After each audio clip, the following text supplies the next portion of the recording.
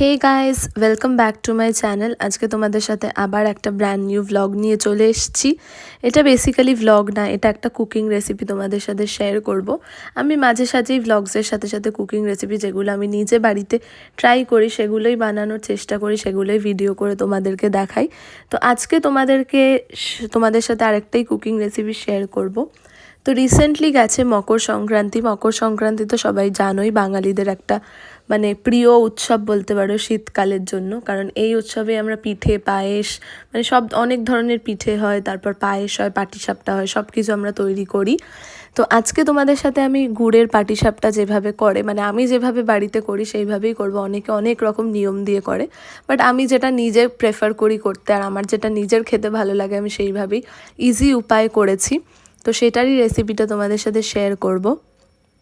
তো প্রথমে তো নারকেল কুড়িয়ে নিতে হবে, নারকেলটা তো মাস্ট। অনেকে ক্ষীর দিয়েও করে, ক্ষীরের পিঠে, কিন্তু আমার নারকেলটাই খেতে ভাল লাগে, তাই জন্য নারকেল নিয়ে নিয়েছি, নারকেল কুচো করে নিয়েছি। তারপর এখানে নিয়ে নিয়েছি খেজুরি গুড়।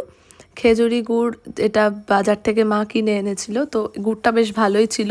তো এরকম গুড় ভালো মতো কোয়ান্টিটি অনুযায়ী নিয়ে, স্বাদ অনুযায়ী নিয়ে তোমরা ফার্স্টে নারকেলটাকে একটু কড়াইতে কম আঁচে নাড়াচাড়া করে তারপর গুড়টা দিয়ে নিতে হবে। তারপর গুড়টা নিয়ে ভালো করে মিক্স করতে হবে। মিক্সিংটা যদি ভালো মতো না হয় তাহলে কিন্তু হবে না, কারণ কিছু নারকেল কাঁচা থেকে যাবে আর কিছুটা গুড় লেগে থাকবে, ওটা খেতে কিন্তু বাজে লাগবে। সো এবার আমি নারকেলের মধ্যে ভালো মতো দিয়ে নিয়েছি গুড়টা। তো গুড়টা দিয়ে কিছুক্ষণ ভালো মতো নাড়াচাড়া করব। নাড়াচাড়াটা ভালো মতো করতে হবে। দেখতেই পাচ্ছ আমি মিক্সিংটা ভালো মতো করে নিয়েছি। এখানে দেখতে পাচ্ছ লাম্পস রয়েছে কিছু। লাম্পসগুলো কিন্তু থাকবে না, তুমি যত নাড়াচাড়া করবে তত লাম্পসগুলো ভেঙে যাবে আস্তে আস্তে, পুরোটাই একদম ম্যাশড টাইপের হয়ে যাবে। আর গ্যাসটা কিন্তু একদম কম আঁচে রাখতে হবে। বেশি জোরে হাই ফ্লেমে গ্যাস দিলে কিন্তু ওটা পুড়ে যাবে। তো তাই জন্য লো ফ্লেমে আমাকে এটা কুক করতে হবে আর কন্টিনিউয়াসলি ওটাকে নাড়াচাড়া করতে হবে, নাহলে কিন্তু কড়াইতে লেগে যাবে। আর এটা কিন্তু আমরা শুকনো কড়াইতে করছি, কেউ আবার ভেবো না যে তেল ঘিতে এটা রান্না হচ্ছে, এটা জাস্ট শুকনো কড়াইতে করা হচ্ছে গুড় দিয়ে। তোমরা দেখতেই পাচ্ছ আস্তে আস্তে নাড়তে নাড়তে লাম্পসগুলো ভেঙে যাচ্ছে আর গুড়ের একটা লিকুইডি জুসিনেস বেরিয়ে আসছে। শুকনো শুকনো হয়ে গেলে কিন্তু খুব একটা টেস্টি লাগবে না, ওই জুসি ব্যাপারটাই চলে যাবে। ওই জন্য একটু ময়েস্ট থাকতে হবে। আমি আশা করছি তোমরা বুঝতে পারছো আমি কি বলতে চাইছি। একটু ময়েস্ট টেক্সচারটা থাকবে। এখানে ভালো মতো আমি নাড়াচাড়া করে নিয়েছি, তোমরা দেখতেই পাচ্ছ টেক্সচারটা কতটা টেম্পটিং লাগছে, কতটা সুন্দর লাগছে। আর গুড় থেকে তো একটু তেল বা ঘি কিছু একটা বেরোয়, যেটা আমার মা বলছিল, তাই জন্য আমাদের তেল ফেল কিছু লাগে না। আর এটা শুকনো হয় না জিনিসটা। দেখতেই পাচ্ছ ভালো মতো এটা নাড়াচাড়া হয়ে গেছে করা।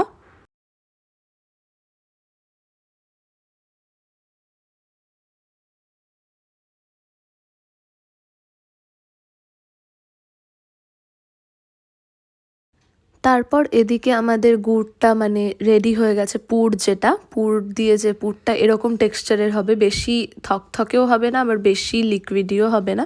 তো এখানে আমাদের পুর অলমোস্ট রেডি। তারপর নিয়ে নিয়েছি ময়দা আর সুজি। ময়দা এখানে আমি 2 বাটি মতো নিয়েছি, একটা মেজারমেন্ট করে নিয়েছি, একটা সেম বাটির মেজারমেন্ট নিয়েছি। তোমাদের যেরকম বাটির সাইজ আছে সেরকম অনুযায়ী নিতে পারো। তো এখানে 2 বাটি ময়দা ফার্স্টে নিয়ে নিয়েছি।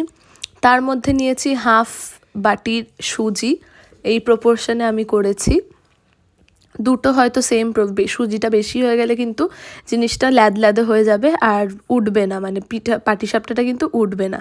তাই জন্য এই মেজারমেন্টে নিয়ে নিয়েছি। তারপর মা দিয়ে দিল আবার খেজুরি গুড়। অনেকে এটা গুড় ছাড়াও করতে পারে, স্কিপ করে দিতে পারে, অনেকেই করে, বাট আমি গুড় দিয়ে করেছি যাতে পাটিসাপটার কোটিংটা যাতে একটু মিষ্টি মিষ্টি হয়।